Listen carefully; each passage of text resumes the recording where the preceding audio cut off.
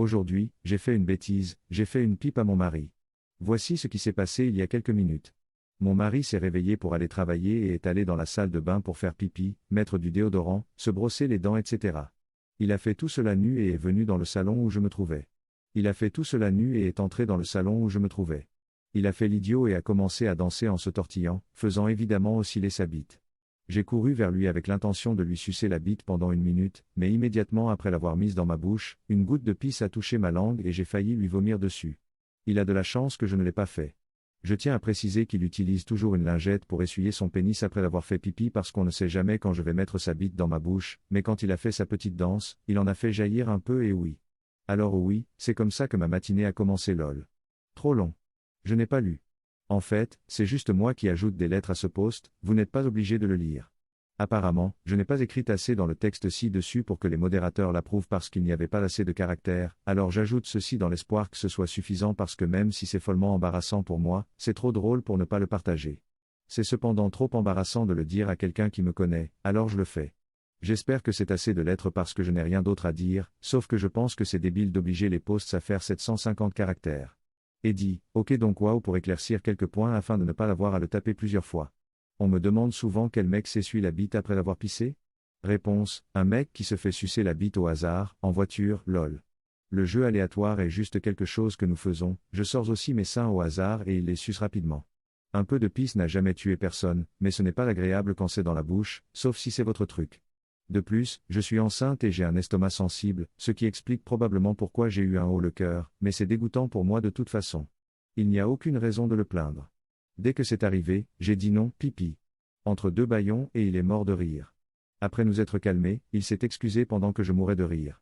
Désolé les gars, je n'ai pas de discours TED pour convaincre vos amis de vous faire la même chose. Peut-être qu'il faut le sortir et voir ce qui se passe, mais assurez-vous que ça fait longtemps que vous n'avez pas fait pipi lol.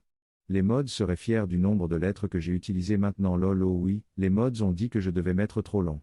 Je n'ai pas lu pour tout texte ajouté, c'est pour ça que c'est écrit. Et oui ce n'est pas plus court, je voulais m'assurer que je plaisais aux mods.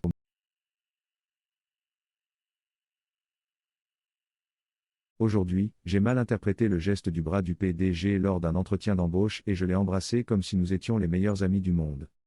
Obligatoire. C'est arrivé hier. Le souvenir me fait encore grimacer. Et pleurer.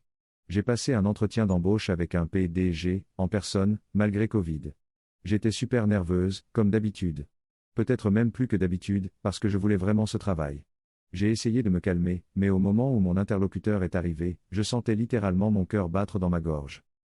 La cinquantaine, un homme, a descendu les escaliers vers moi, dans son beau costume, mais s'est arrêté à mi-chemin. Je me suis dit que l'entretien aurait lieu à l'étage, et je me suis donc levé pour aller à sa rencontre. Alors que je montais les marches vers lui, il a levé le bras et levé le coude. Mon cerveau s'est mis à penser erreur. Je suppose que cela ne pouvait signifier que deux choses.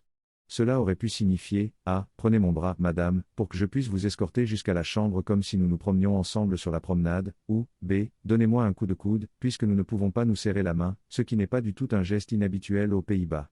Qu'est-ce que j'ai fait?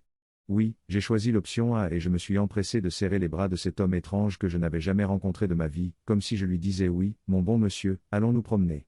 Et puis nous sommes restés là. Bras dessus bras dessous, à mi-chemin de l'escalier, nous nous regardions d'un air penaud. J'avais envie que la terre m'engloutisse tout entière. Je ne savais pas quoi faire et je ne pense pas qu'il ait bien compris ce qui s'était passé, alors nous n'avons pas bougé. Quand il a enfin repris ses esprits, il m'a dit, je voulais te donner un coup de coude? Après quoi j'ai rapidement mis le plus de distance possible entre nous et j'ai marmonné, oui. Oui, c'est beaucoup plus logique. Parce que c'était le cas, soyons réalistes. Et puis nous avons eu l'entretien. Trop long. Je n'ai pas lu. J'étais tellement nerveux que j'ai mal interprété le geste du bras du PDG lors d'un entretien d'embauche et que j'ai croisé son bras comme si nous étions les meilleurs amis de tous les temps. Pourquoi suis-je comme ça? Je ne sais pas si j'ai obtenu le poste, je n'ai pas d'espoir, mais je vous tiendrai au courant.